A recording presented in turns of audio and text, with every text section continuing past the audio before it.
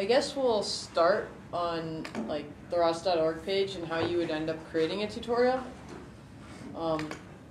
Let's choose, I don't know, random package. Let's see, maybe plugin lib. Yes. So the way you would start creating a tutorial is in your package, you would click on this tutorial link and it would say, oh, the tutorial page doesn't exist. So you would click on this, the tutorial index. So after you click and make your tutorial page, I've tried to make this as easy as possible. So you would enter your tutorial name. I'm just going to make a test tutorial. You enter your name and it brings you to this page. You no longer have to edit any of the formatting of the page. You only have to fill in this block. Everything will be auto-generated for you using a clear silver template. Okay? So you would say, my title, this is a cool tutorial. We would say, next tutorial description. If any of you have been looking at some of the tutorials, like for C++, like for things that have multiple languages associated with them, you may want to give a text description and then all the different language links. So you would say, maybe here you would say a link of ROS Tutorial.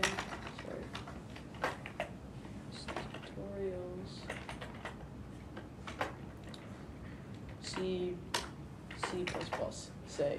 Like, this is totally bogus, but say you want to put your language here, right?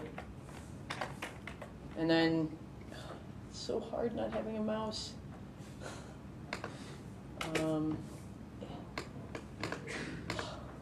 Sorry, guys. I tried to design this with the most flexibility. So if you have any feature requests, I can also add them. Python, say, these links would be different. And then in the note, like this is for a link that you should do to a tutorial that you should do before this tutorial, but I can change it to do just any text that you want to put in here. I'm not sure what is the better functionality. So before you had to put a tag and stuff like that to say what level the tutorial is, now you just have to give it a category tag like this. So you would choose one of those 3 categories. And now let's save it. So now it auto-generated everything. So all of this was formatted properly from your comments. And see, you can see that the next, like it gives a description and then it appends the links at the end. This is using clear silver. This is how the template for tutorial, like how that header is created using this. So if you look here, it calls this macro include CS template, and it takes all of this information and puts it into this template.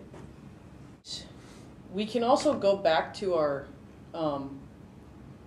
tutorial page, our tutorial index, and you can see that the title and the description are displayed on the tutorial index.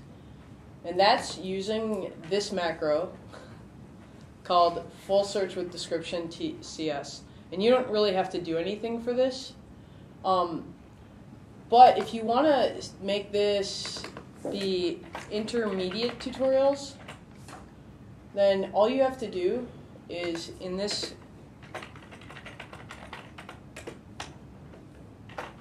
is append what category you want, and suddenly there's no tutorials there because the tutorial that I just created is a beginner tutorial.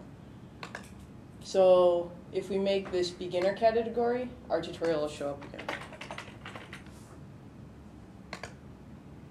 There's also another really cool macro that you can utilize in writing tutorials. So here is a large code block that you may want to be talking about, and then you may want to break it down like in sections of code blocks. There is a macro that you can use. So in your code block, you give your code block a name. My name here is action. And then you can refer to sections of that code block using this macro called code reference. And you reference the action, the block name, and then the lines that you want to display. Another thing that, that has been developed, and I really strongly encourage you to start using, is the turtle simulator. So the turtle simulator is great for just teaching ROS. Initially, that's what it was meant to do, was to teach ROS. So you can give it a service command, you can give it a publish, and the turtle will drive. You can do a service call on it, and it clears. You can do lots of things. You can change parameters on it. But also, you can do some other cool stuff with it.